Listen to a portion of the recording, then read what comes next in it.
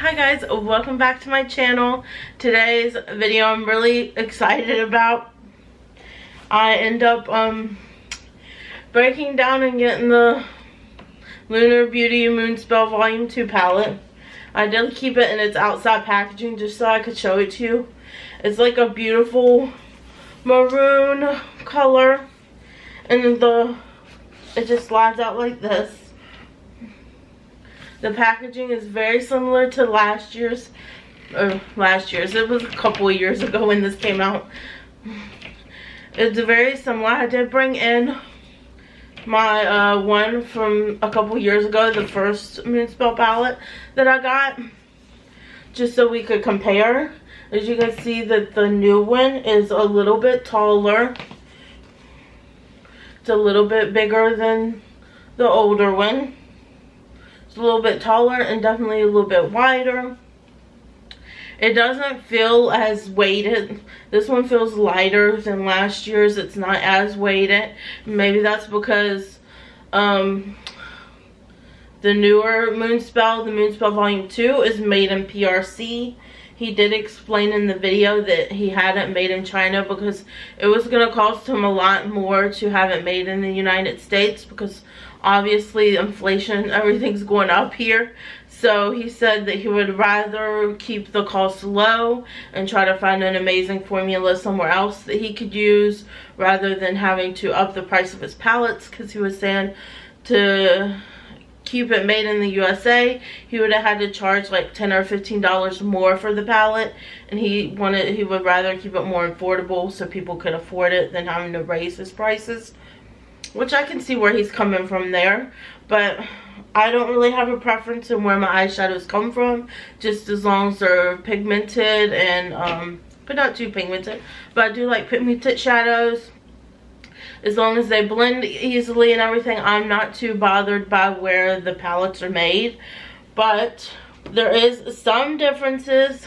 Even though the packaging looks so similar, there's some differences on it. Like last year's, on the bind here, it has like a key. This year's, it's a sword. It still has the skull on it, but like last year has the birds. This one has like some tree branches. So he did switch up, even though it looks the same, just a different color. He did switch up some of the stuff that was on like the front of the packaging and everything. And let's go ahead and show you the inside of it. And here is what the inside looks like. He did say that he was trying to that people had talked about how they wanted more berry tones in his last palette, and so he wanted to try to give more berry tones in this palette. So this palette's very much pink, purple berry tones. I'll compare it to last year's MoonSpell. Whereas last year's is definitely only has that one first row that's more purpley berry toned, and then you have like a middle row that's more neutrals, and then the bottom row which is more green bluish, which I really fell in love with the way this looked. I love that there was like a pinky purple berry tone top row, a neutral middle row, and the bluish green in the last row.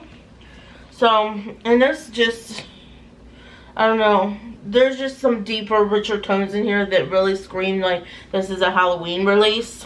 I think I liked better the smaller size of this one, where it doesn't have as many shadows in it.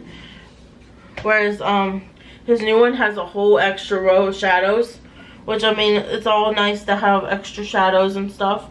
I'm just very curious if this performs as good as his original one, because his original one is one of my favorites. This is a palette that's never going to get decluttered out of my collection. This will stay with me forever. As Teresa's dead would say, this is going in the casket with me. At this point, probably going to have a mausoleum just so I can have my shelving with all my makeup products and everything with me inside. But let's go ahead and get started. I haven't decided yet what type of look I want to do. And I still don't know what type of look I want to do. I'm still sitting here like, what should I do? Maybe this one. I think I'm going to go into my reference number 15. I'm going to go into Sally. which I love. That's from The Nightmare Before Christmas. I'm going to go into the Sally shade first and put that in my crease just as a transition shade.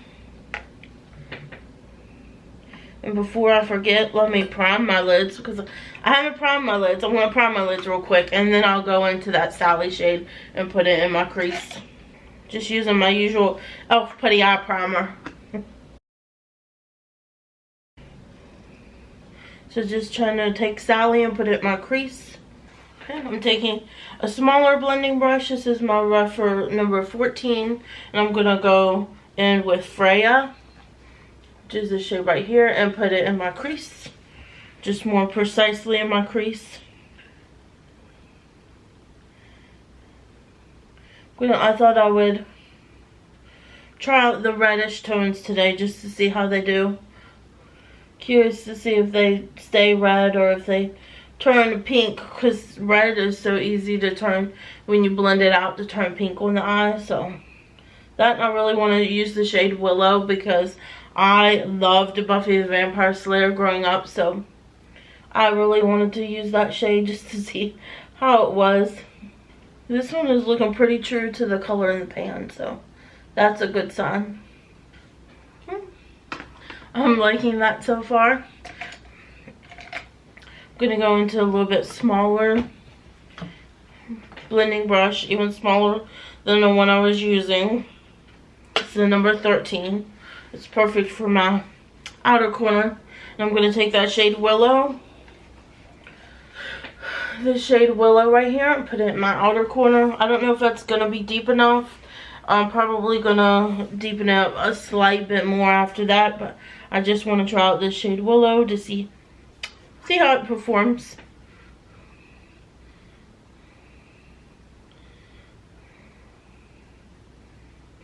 So far I haven't been experiencing any patchiness with these shades. They've been blending easy for me. That's always a good sign.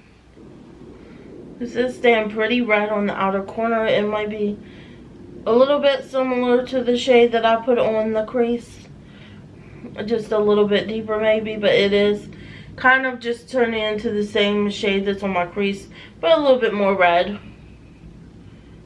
I'm definitely going to have to come in with a deeper color after this to deepen up. And I know what the color I'm going to use to deepen it up even further. This is definitely not deep enough for my outer corner. I like a little bit more definition than what this is giving me, but it is a nice shade. I don't think it's quite as red as it shows in the pan. Probably if I would have packed it on, I could get that red opacity, but it's not by any means turning pink on me like some reds do. This is staying like the true red color. I've never really done a red eye look, so I'm going to clean this brush off. So I'm going to use the same brush to go into the deeper shade to apply to my eyes. I have a feeling my eyes might be stained. Using reds, sometimes it stains. So I'm going to go into the shade Queenie, I think, which is this shade right here. It is a more of like a deep purple berry tone, but I'm going to try to just use a little bit of it. I could use the black, but I have a very hard time with blacks, of using them without going overboard, so I'm just going to use Queenie to add a little bit something deeper to this look. It's starting to get cloudy outside where I am. You notice if you ever notice the lighting changes in my videos, it's mainly because I film now in natural light, because there's this like big huge window where I can put my vanity in front of in our bedroom where we moved to. So now I'm able to film in more natural light. So if you ever notice that my videos lighting changes or whatever, it's because I film with the natural light, the window open. Some days it's a little bit cloudier than others. Okay, I really like that. I think what I'm gonna do is I'm gonna go under my lower lash line, and I'm gonna try to take that shade Willow under my entire lower lash line and then blend it out with Freya So we're going to go back into the shade Willow, which is that super red shade. I'm going to try to put it under my lower lash line. It's funny because I didn't intend on going into this look today. I didn't think I was going to end up with a red look. You know me, I'm usually drawn more to the pinks and the purples. So I was assuming that I would do a pink purple look. But I'm just going to take the brush where I used Freya and just take a tiny bit more Freya. And I'm just going to use it to blend out. I like it so far. And I'm going to go into my glitter glue now. So we can go into the shimmer shade. Put some glitter glue on my eyes and then we'll see what shade we're going to go with today to put on my lid. Might be a deeper shade. I think I'm going to go into the shade Grams because it's like the red shimmer in here. And if I want it a little bit lighter, I'll add some maybe Agatha on top. So I'm going to go into the shade Grams, which is the red shimmer in here. Well, it looks red in the pan. Has like some really pretty sparkle to it. Like extra glittery. Oh, I really like that.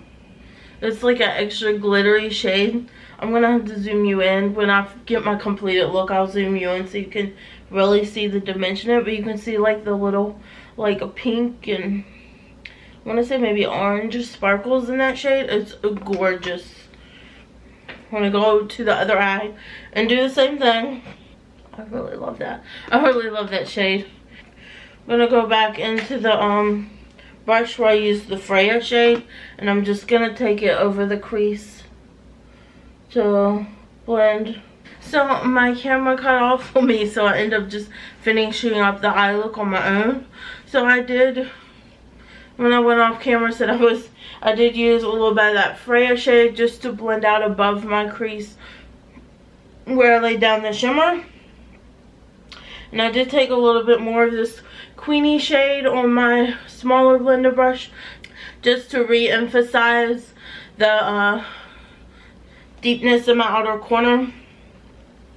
Then I went in with this Agatha shade here, which is like a icy white shimmer, which I love an icy white shimmer, and this one is so good. I use it for my inner corners. As you can tell, they're very bright. I love it. Yeah, I think that's all I did. I did go ahead and put on mascara and I put on eyeliner in my waterline. I used my my cream gel, BFF cream gel liner from ColourPop. This is from the Hocus Pocus collection, the first one. This one is in the shade Sisters. I cannot say the name without saying it like that. So now I'm gonna go in. I did purchase, I forgot to even say that at the beginning. I did purchase his liquid lipstick in the shade Hallows Eve. I could not, with that name, I had to get it. And it's like this burnt orange type of shade. Oh my goodness, it's so cute. I think it's gonna look great with the red eye look. Maybe that's why subconsciously I didn't do a pink purple look, because I feel like burnt orange probably wouldn't have went as good with a pink purple look. It's probably not gonna look the best with a red eye look. But we're doing it anyways. I don't normally use lip liners in any way. I do not have a like burnt orange lip liner to go in. So I'm just going straight in. Whoa, this is orange. Now that I have it on, I don't think it really goes with my eye look either. But hey, I'm wearing it anyways. I wanted to try it out. Oh. So here is the All Hallows Eve lipstick. I think it looks gorgeous, but I don't think it goes with this look like I thought it would. But I love the color. It's a very pumpkin-y. It's giving me pumpkin fall, pumpkin spice vibes. I love it. It would have looked better with like an orange look maybe, I don't know. And I did forget to mention, he does always name, like in the last MoonSpell, he did it off of early 2000s, late 90s witches in TV shows or movies. He did the same thing with this palette as I was talking about Willow from Buffy the Vampire Slayer. I used Sally from The Nightmare Before Christmas, and then Grams, which is from Charmed. So yeah, there's Zelda in here. I used Agatha, which is from Halloween Town. That's the name of her grandma. So I love that he did that. And there's another Marnie shade in here. I love that the way he names the shades after like iconic witches from TV shows and movies. So I love that about it. I want to give you try to get as close up as I can to the camera and give you like a close up of my look. So hopefully you can see.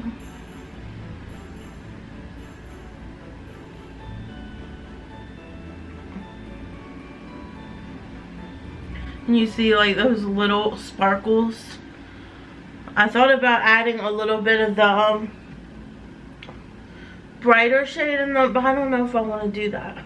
I just want to keep it red, and I like the way it turned out.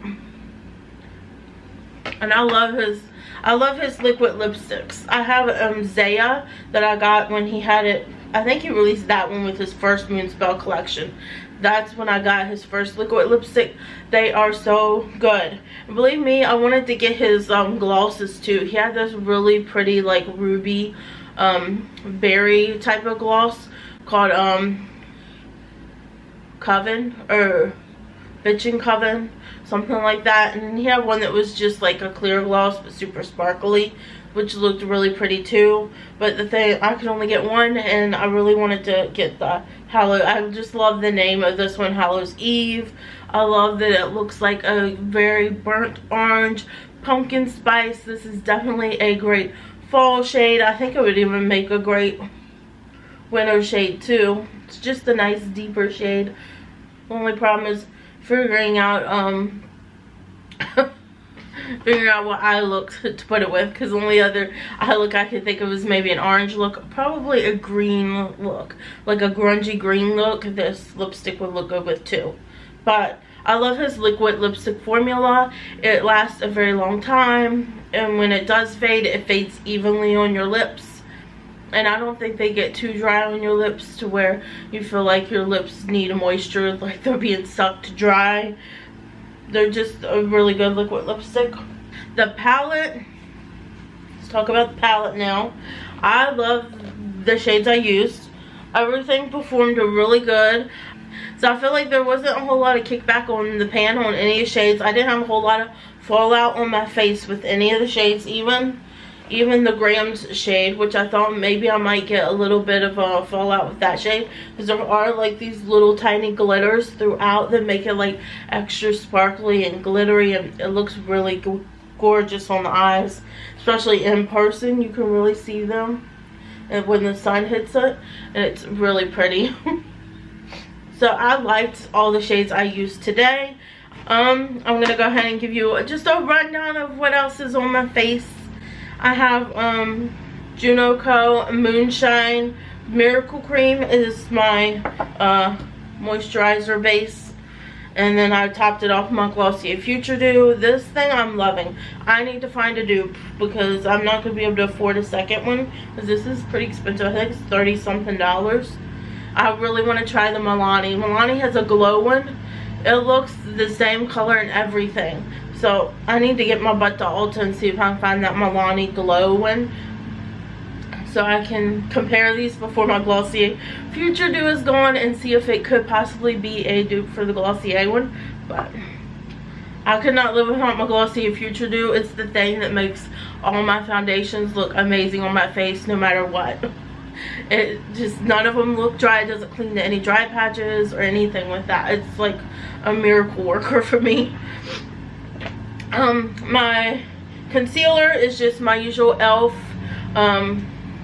Hydrating and my e.l.f. Camo Concealer. I've been using both of these, just trying to use these up and get these out of my collection because they're just a little bit older in my collection is all.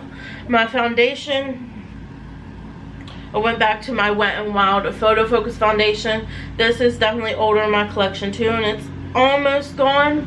I'm trying to use this up because it's older in my collection, and I want to use it up and be able to use it up, get out of my collection. The bronzer I used today was my Marc Jacobs Omega bronzer. This one is in the shade Tantric. It is just, I love this bronzer. It's my Holy Grail bronzer. It's so much so that during the sale when Marc Jacobs was putting everything on sale, I went and bought a second one. But the one I got from there is fantastic, and I think they might still have it, but I got it for half off because I was worried that Marc Jacobs was closing down, and I had just discovered this bronzer in the TJ Maxx and Marshalls is where I got it, and it's just so gorgeous.